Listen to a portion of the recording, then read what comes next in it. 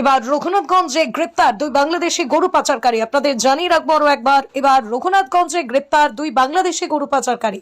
Raghunathganj police প্রশাসনের বড় সাফল্য, গ্রেপ্তার দুই বাংলাদেশি গরু পাচারকারী।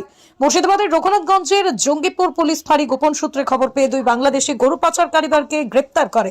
জানা যায় ওই দুই গরু পাচারকারীর নাম নূর মমিন শেখ, বয়স 27, মোহাম্মদ খায়রুল, দুজনেরই বাড়ি বাংলাদেশের চাঁপাইনবাবগঞ্জ দেবীপুর এলাকায়। তারা দুজনেই অবৈধভাবে গরু পাচার করতে এসে ধরা খায় রঘুনাথগঞ্জ থানার পুলিশ প্রশাসনের হাতে।